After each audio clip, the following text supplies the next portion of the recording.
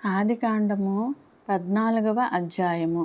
షీనారు రాజైన అమ్రాపెలు, ఎల్లాసరు రాజైన అరియోకు, ఏలాము రాజైన కదర్లాయోమెరు, గోయీయుల రాజైన తిదాలు అనువారి దినములలో వారు సొదొమ రాజైన బెరాతోను, గొమెర్ర రాజైన బిర్షాతోను, అద్మా రాజైన షీనాబుతోను, సెబోయీయుల రాజైన షెమెబెరుతోను, సోయరను బెలరాజుతోనూ యుద్ధం చేసిరి.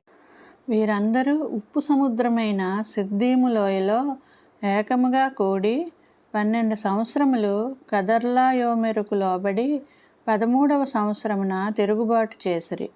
14వ సంవత్సరమున కదర్లాయోమెరును అతనితో కూడా ఉన్న రాజులను వచ్చి అష్షారోత్ కర్నాయిములో రెఫాయీయులను, హోములో జూజీయులను, షావే కిర్యతాయిము మైదానములో ఏమీయులను కొట్టిరి.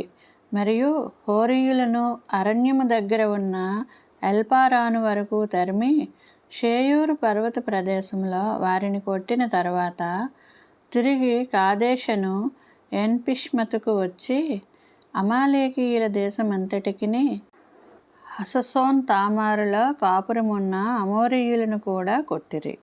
అప్పుడు సొదొమ రాజును, గొమెర్రా రాజును, అద్మా రాజును, షెబోయీము రాజును, సోయరను బెలరాజును బయలుదేరి సిద్దీము లోయలో వారితో అనగా ఏలాము రాజైన కదర్లాయోమెరు, గోయీయుల రాజైన తిదాలు, షీనారు రాజైన అమ్రాపెలు, ఎల్లాసరు రాజైన అరియోకు అను నలుగురితో ఆ 5 రాజులు యుద్ధం చేసిరి.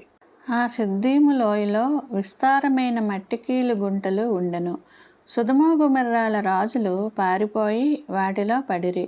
శేషించిన వారు కొండకు పారిపోయిరి. అప్పుడు వారు సొదొమ గొమొర్రాల ఆస్తి యావత్తును వారి భోజన పదార్థములన్నయూ పట్టుకుని పోయిరి.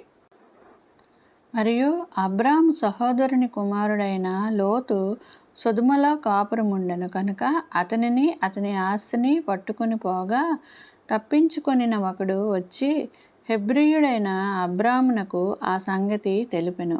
అప్పుడతడు ఎష్కోలు సహోదరుడును ఆనేరు సహోదరుడు అయిన మమ్రే అను అమోరీయుని ఏలోను వనములో కాపురముండెను. వీరు అబ్రాముతో నిబంధన చేసుకొనిన వారు. అబ్రాము తన తమ్ముడు చెరపట్టబడినని విని తన ఇంట పుట్టి అలవరచబడిన 319 వెంటబెట్టుకుని దాను మట్టుకు ఆ రాజులను తరిమెను. రాత్రివేళ అతడును అతని దాసులను వారికెదురుగా మనులు తీర్చి వారిని కొట్టి దమస్కునకు ఎడమ తట్టున్న హోబా మట్టుకు తరిమి ఆస్తి యావత్తును తిరిగి తెచ్చి తన తమ్ముడైన లోతును అతని ఆస్తిని, స్త్రీలను, ప్రజలను తిరిగి తీసుకుని వచ్చెను. అతడు కదర్లాయోమెరును అతనితో కూడా ఉన్న రాజులను ఓడించి తిరిగి వచ్చినప్పుడు సొదొమ రాజు అతనిని ఎదుర్కొనుటకు రాజు లోయ అను షావే లోయ మట్టుకు బయలుదేరి వచ్చెను. మరియు షాలేము రాజైన మెల్కీసెదెకు రొట్టెను ద్రాక్షారసమును తీసుకుని వచ్చెను. అతడు సర్వోన్నతుడగు దేవునికి యాజకుడు.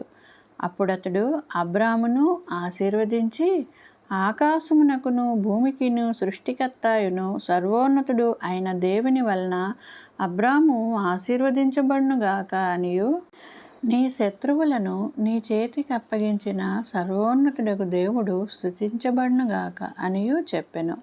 అప్పుడతడు అన్నింటిలో ఇతనికి 10వ వంతు ఇచ్చెను. సొదొమ రాజు మనుష్యులను నాకిచ్చి ఆస్తిని నీవే తీసుకొనుమని అబ్రాముతో చెప్పగా అబ్రాము, నేనే అబ్రామును ధనవంతునిగా చేసితినని నీవు చెప్పకుండునట్లు ఒక్క నూలు పోగైనను చెప్పుల వారైనను నీ వాటిలో ఏదైనను తీసుకొననని ఆకాశమునకు భూమికిని సృష్టికర్తయును సర్వోన్నతుడును దేవుడునైన యెహోవా ఎదుట నా చేయి ఎత్తి ప్రమాణం చేసి ఉన్నాను.